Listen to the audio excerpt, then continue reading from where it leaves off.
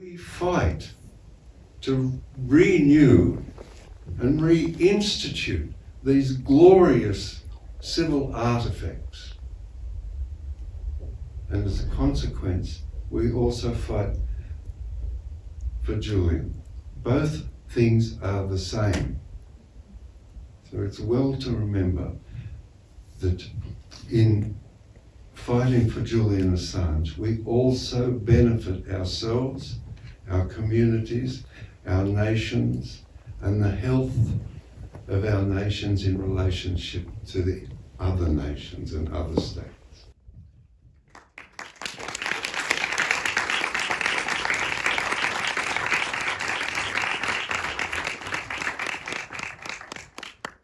Mr. Shipton, I just wanted to let you know that I'm feeling very honored having you standing here in front of us and answering our questions. Also, Mr. Medhurst, thank you very much. This is indeed very, very special and very important nowadays in those times. Please keep your smiling eyes, even when you're crying. Those are giving all of us kind of hope that there is something to believe in. I just wanted to ask you, in light of what's happening with Julian and with what's happening with our world in general, the war in Ukraine, all the wars, previous wars in Syria and so on and so forth, is there a hope for our world? Do you still believe in something good? Like, do you really have this hope? And if, could you share a bit of that with us? Because me, I'm kind of giving up on this world already. Maybe you could tell us something uplifting. Yeah, I share your pessimism. It doesn't look very good, but I think if there is any semblance of good, then Julian's part of that. I think it's very different when you read. I gave the example earlier when we were speaking with John about the collateral murder video when the helicopter is shooting the Reuters journalists and the Iraqi civilians. Like that event was already known before. It was talked about, like it was published, but you just had like a brief synopsis of what happened. But then when the video came out and you could hear the pilots laughing while they're shooting people and you can see the people being killed, it gives a new dimension to, because you can see it, you can hear it. And that is just one example of, the things that WikiLeaks published. There's so many others. We'd be here all night and we wouldn't get through half of them. And so, that is basically bringing government crimes into the light, and Julian's paying the price for that. And this is one of the only things that you can do, because otherwise these crimes would stay in the dark, and you can't really change the policies. Now, even in the film, they talked about how protesting before the Iraq War didn't do much. And I remember those protests, seeing them on TV, and it is very, disappointing that it didn't do anything. So, the other things that we can do is investigative journalism, national security journalism, just talking about these really heinous international crimes that are committed in Western governments' names, because they're the center of power today. They have all the means, and if you don't want to do it yourself, at least support the ones who do, like Julian. So I think that's one of the few antidotes that we have, I would say. I've never been much good on pessimism. I'll try and answer. There's 250,000 cables in the cable set, 400,000 in the Iraq war files, 90,000 in the Afghan war files. I'll give you a couple of examples of the result. In 2008, a group of American soldiers went into a house outside of Baghdad and murdered the family, the mum and the dad of the babies and uncles, aunties. and then contemplating that they'd get into trouble for this heinous crime, they called it an airstrike and obliterated all of the remnants of that little family from the earth. That was reported by the United States ambassador to the State Department in Washington. Released as a cable by WikiLeaks, it was read by the Iraqi parliamentarians who managed, that poor destroyed country, managed to get enough courage, enough fortitude to gather together and say to the United States, we're not signing the Status of Forces Agreement, which subsequently meant that the United States and its allies, to my shame my country was one, had to remove their forces from Iraq. That is, a leak ended a war. Mm-hmm.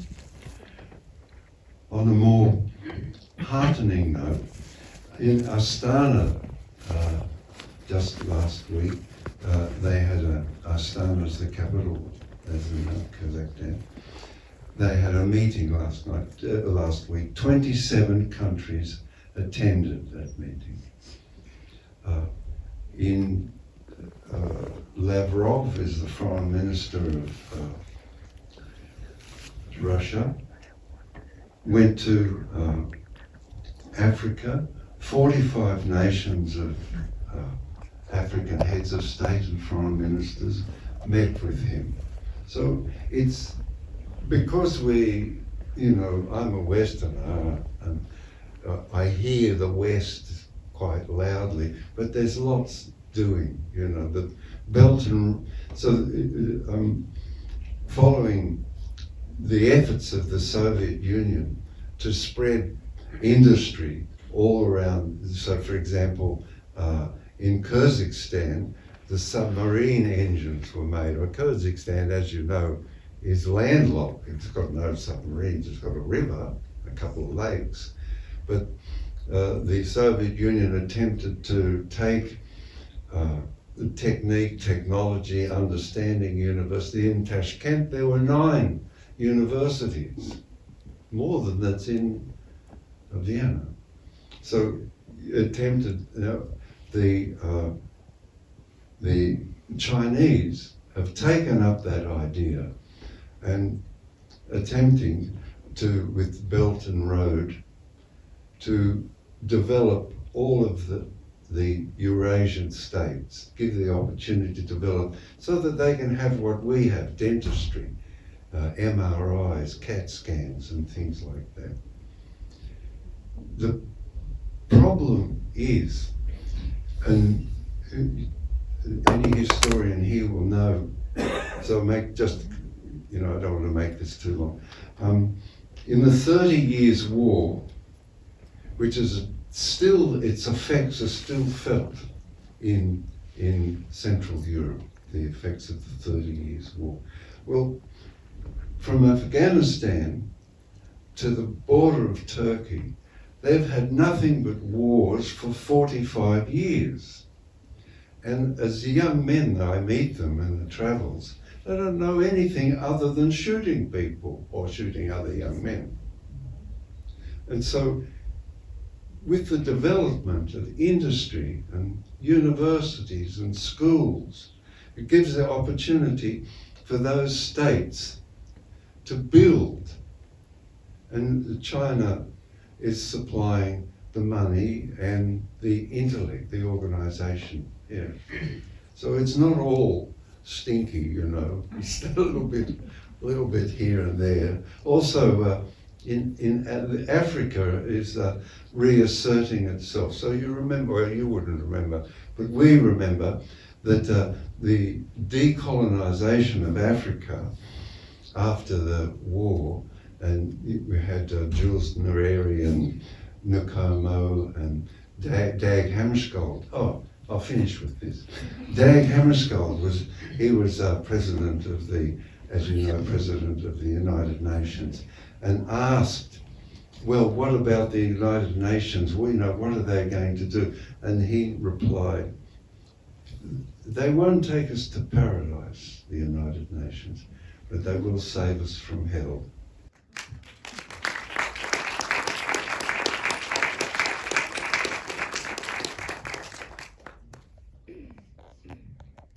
Oh, there's another thing, you know, that I can add. As a young, you know, I remember the mothers of my children. As young women, it's really important to have a view of the world that's benign, because you're bringing babies into a world and you really don't want to think that the world is unjust and mean. Yeah, so, and I don't think of it as so myself. I wanted you to ask about the role of the UK in all of this, because it seems to me from watching the movie that they go rather hard on Julian, like having him in this high security prison, like it could have been also maybe in a normal prison and better conditions that he's being under.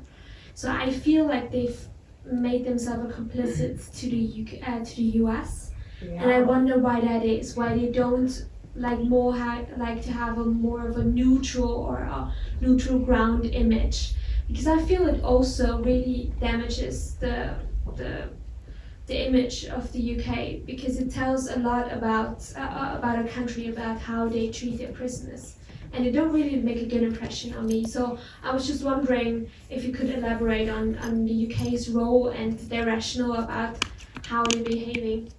Okay, I'll share with Richard an answer. You remember the Nuremberg Code says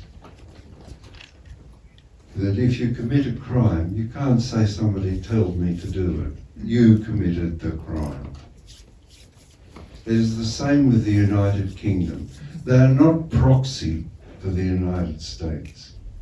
We have a documentary record of the Crown Prosecuting Service conspiring with the Swedish prosecuting authority to keep Julian in jail. So the answer is yes.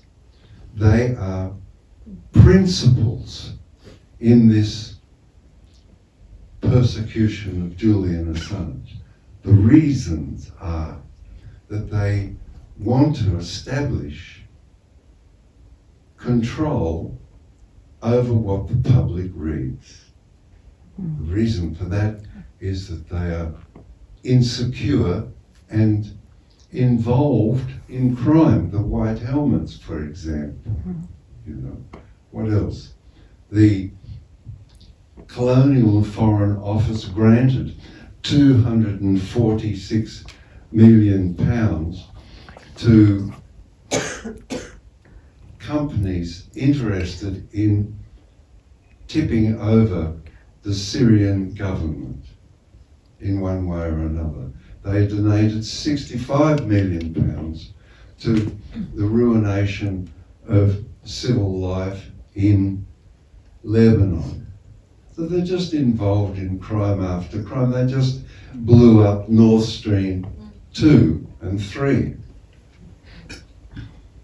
That's why they oppress media of the quality of Julian Assange.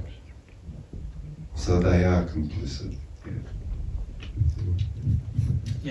I'll just add to what John said, that that there's no real media in the UK. They're garbage, dishonest, and they are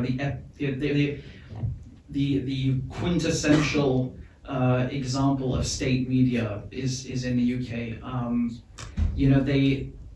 They cover up all these, John just listed a few crimes, like these cutouts, these intelligence fronts they had in Syria. So basically regime change, they're pouring millions of pounds into fake news, into weapons, and this is criminal activity, right? So there are, of course, all the I don't know what to call a relationship. It's not really a relationship. It's the dynamic of the former British Empire and the quote unquote former colonies, right? So Britain is still active in a lot of these places, in Asia, in Africa, in the Middle East, and the recent sabotage in Ukraine, the Crimea Bridge. I mean, the Ukrainian foreign minister just admitted to that this morning, which is incredible. But obviously, this wasn't done alone. You have British and American support. So there's so many things ongoing all the time that you don't want people to find out about. And this is very difficult to reconcile with the idea of a democracy, because if you have a democracy, you would have a free press and an independent judiciary, and you don't have that in the UK. John and myself, we've been in the courtroom many times, and every single day, every time we were in the courtroom, we did not see an independent judiciary. We saw, a judge and prosecutors that are basically acting as errand boys for the Americans. U.S. extraterritorialization of their law in a British courtroom in London. So, sorry, I don't know your name, but you very eloquently pointed out that yes, they are complicit in what the Americans are doing. We can speculate about many reasons. I think it's of course, one part is that the UK is part of the Five Eyes, so Canada, Australia, New Zealand, US. They share intelligence with the Americans. I think there's also some sense of, they want to be loved by the Americans who have all the power now, because that there was a transfer of power from, Whitehall to Washington, and the British Empire it's just not what it used to be 100 years ago. So there's this need to be in good with the Americans and do whatever they want, and they're absolutely complicit. I mean, the example of Belmarsh is very good. Why are you putting a non-violent journalist who is not serving a sentence in a maximum security prison? What? They put people from Al-Qaeda in that prison, which have, by the way, those guys, like Abu Qatada, they got bail, but they won't give Julian bail. So, the British government is more lenient with people in Al-Qaeda than they are with Julian Assange. What is that? Yeah. So, of course that makes sense when you understand why Al-Qaeda exists and so on, and what Western foreign policy has done. But the British government is absolutely complicit. There's no question about it. And I think the message in the film that this is also a political trial is very important to understand, because hoping for justice from the courtrooms is just not going to cut it. They're trying to character assassinate Julian. They're trying to take the spotlight and the focus away from his work. And if we did have an honest media, they would keep the British government in check. They don't do that. They just ride along with them and make things worse. And it's just not looking good for their record. That's why we need movies like this, and why we have to come and speak out about this, because legacy and mainstream media are not going to do it. They're just working with the government, and I would just add one last thing. It's not just the British government. You had the Swedish government as well. Many governments around the world, and the Australian government up until recently, in cahoots with the Americans, and so that needs to be highlighted and pointed out. And it's very good that you raised that.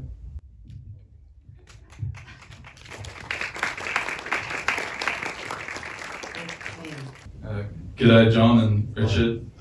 So I got a question that's also kind of related to, so what do you see the difference between the treatment of Julian Assange and the treatment of Chelsea Manning?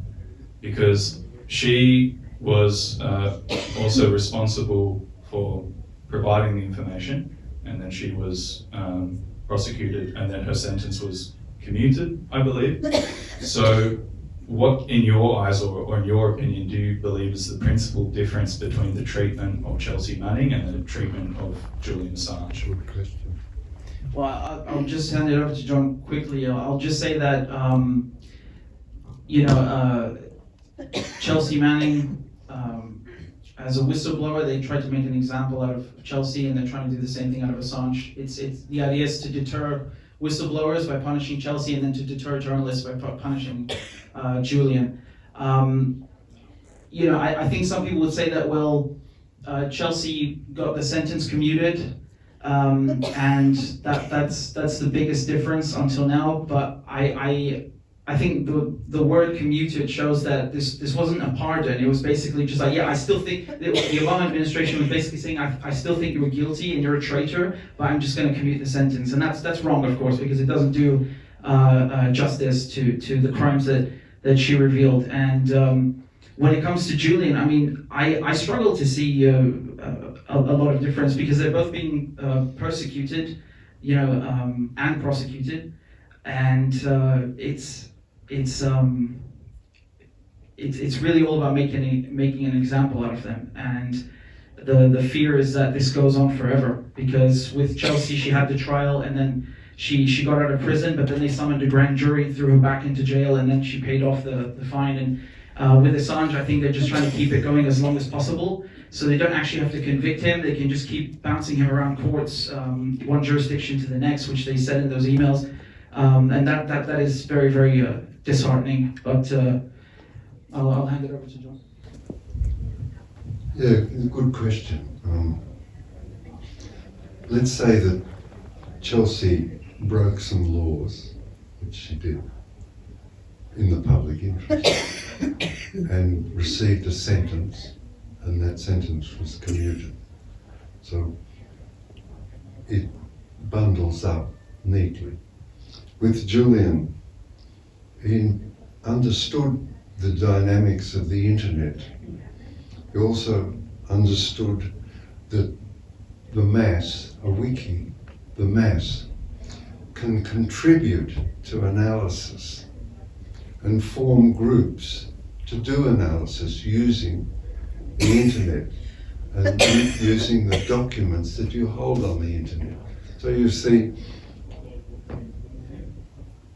the result of that is, say, for example, the Chagos Islanders were all taken away and dumped in Mauritius. This was recorded in the cables. Their solicitors and lawyers read the cables, and with the encouragement of the Chagos Islanders, took the United Kingdom to the Court of International Justice and prevailed. The United Kingdom appealed and failed, so they prevailed. So you can see that you can continue to analyse, to use that facility that Julian invented. And so I imagine that they just don't want that to continue, and they want to make Julian an example. So I see, that's what I see. I just delight in the extraordinary understanding that Assange had back then, that you could combine those things, that you could protect a source using Tor, you could hold the documents up on a notice board forever, and that people could form groups and do their own analysis. Another example of that is that when Rafael Correa was first elected president, he had a problem. And the work was that the elite of the police force in Ecuador were loyal to the United States Embassy, and that was the problem. But then they read the cables concerning Ecuador, and it revealed that the United States Embassy paid the elite police their wages, lifting their income to double that of all the other police in Ecuador. So Rafael knew the source of the problem from the cables and came up with a solution. Can you imagine what the solution was? He increased the wages of all the policemen to the level of the elite, and so consequently had a stable government. There's a couple of examples. I would like to ask Mr. Christian Stöger, Vice President of the Austrian Journalist Club, to come to the floor.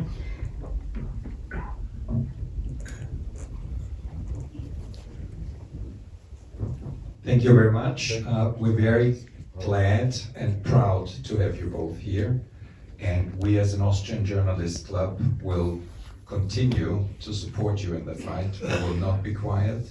We will raise attention and we will speak to our members. We will, I would not say force them, but gradually force them to keep the memory alive, that the memory that he is still in prison, and this should not go on. Thank you. Thank you, and I want to give you something to remember your stay here. Thank you very much.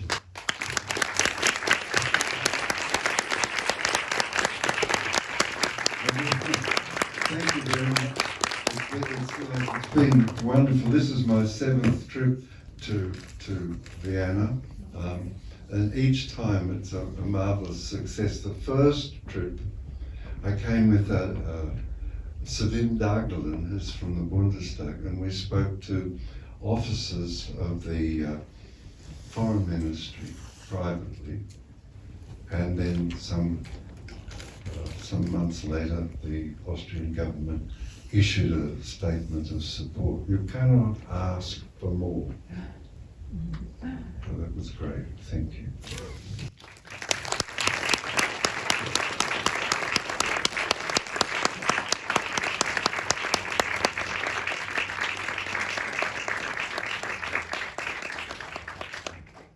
Thank you very much, both of you.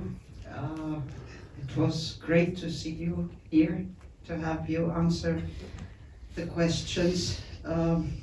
I know there are people who would like to ask more questions, but unfortunately we have to vacate the room at 8 sharp. There's only one more thing that I would like to state.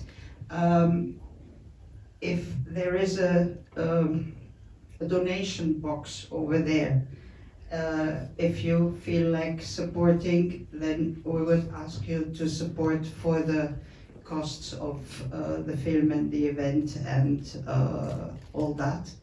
And outside we will have we have a letter of support to request the British government to free Julian Assange and not extradite him to the US. It's a support to letters that Candles for Assange wrote earlier this year to the former Prime Minister, Mr. Johnson, and we are now addressing it to the Right Honourable Prime Minister of the UK. So that whoever it may be, and the more signatures we collect, and we send those support letters every week to 10 days, the 10 Downing Street receives a letter. Just I'd like to make a personal mention of Barbara Mister, who we've corresponded with for years and has always been very encouraging, and thanks to the press club for everything. Thanks, guys.